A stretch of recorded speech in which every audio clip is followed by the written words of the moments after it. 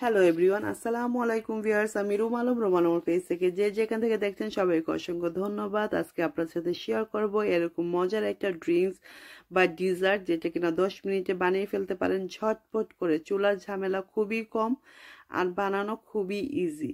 চোখ বন্ধ করে বানিয়ে ফেলতে পারবেন। টিনেজ গার্ল বা ব্যাচেলার ভাইয়া আপুরা সবাই এই ডিজার্টটা বা এই ড্রিঙ্কসটা বানিয়ে সার্ভ করতে পারবেন ফ্রেন্ড অ্যান্ড ফ্যামিলির সাথে। ভিডিওটি যদি ভালো লেগে থাকে অবশ্যই লাইক শেয়ার কমেন্ট করতে ভুলবেন না রুম আলমের পেজে। যারা ফেসবুক থেকে দেখবেন প্লিজ ফলো করে নেবেন, আর যারা ইউটিউব থেকে দেখবেন প্লিজ সাবস্ক্রাইব করে নেবেন। Let's go to start. এটা বানাতে কি কি লাগছে, এখানে আমি নিয়েছি হাফ কাপ সাবুদানা বয়েল করে নিয়েছি। এটা আমার বয়েল করতে 20-25 মিনিটের মতো লেগেছে। এখানে আমি হাফ কাপ দিয়ে পর্যাপ্ত পরিমাণে পানি দিয়ে ভালো করে বয়েল করে নিয়েছি যতক্ষণ না ট্রান্সফার হচ্ছে। তো তারপরে আমি যা এড করব সবকিছু বাজারে ইজি টু বাই। তো এখানে আমি কোকোনাট মিল্ক নিয়েছি। এখানে আমি 1 কাপের মতো কোকোনাটের মিল্ক দিয়ে দিব। কোকোনাট মিল্কটা অবশ্যই অপশনাল, এটা আপনাদের পছন্দ না হলে স্কিপ করতে পারেন।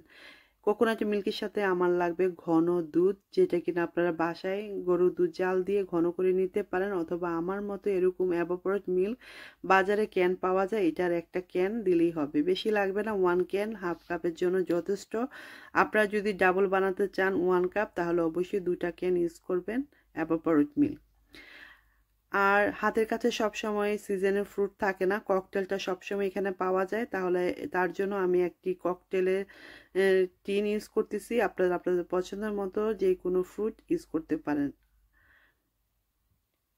এখন আমি দিয়ে দিব 2 টেবিল স্পুন চিয়া সিড, ভিজিয়ে রেখেছি 10 মিনিট। এখন এটাকে দিয়ে দিলাম, ভালো করে এখন মিক্স করে নিব। আমি এখানে ডাবল ক্রিম নিয়েছি, এটা অপশনাল। যদি আমার কাছে মনে হয় এটা একটু ঘন হয়েছে তাহলে আমি অ্যাড করব, না হলে এটা স্কিপ করব।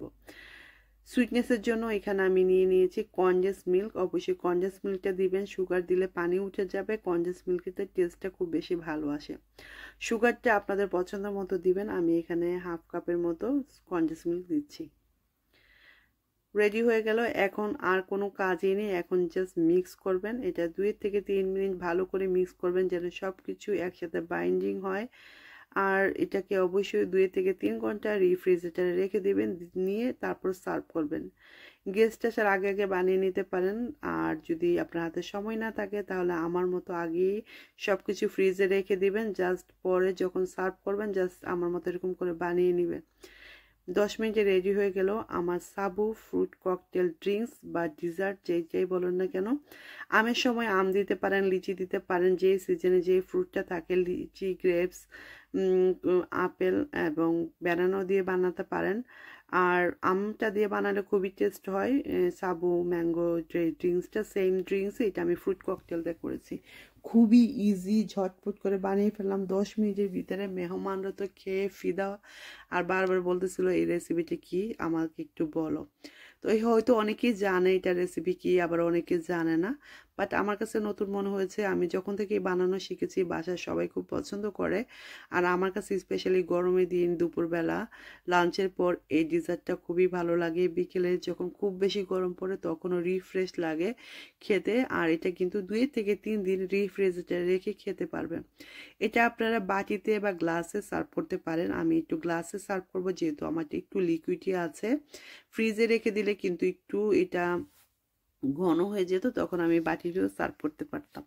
রেডি হয়ে গেল আমার ইয়ামি সাবু ফ্রুট ড্রিঙ্কস। খেতে অসম্ভব মজা, মানে কি বলবো, খেলে অবশ্যই বুঝতে পারবেন। আর 10 মিনিট আর কি চান, এত ইজি রেসিপি আপনার সাথে শেয়ার করলাম। ভিডিওটি যদি ভালো লেগে থাকে ফ্রেন্ড অ্যান্ড ফ্যামিলির সাথে অবশ্যই শেয়ার করবেন। আমার সাথেই থাকবেন, যেখান থেকে দেখছেন সবাইকে অসংখ্য ধন্যবাদ। যেসব আপু ভাইয়ারা আমার ভিডিও দেখছেন, কমেন্ট করছেন, তাদেরকে অসংখ্য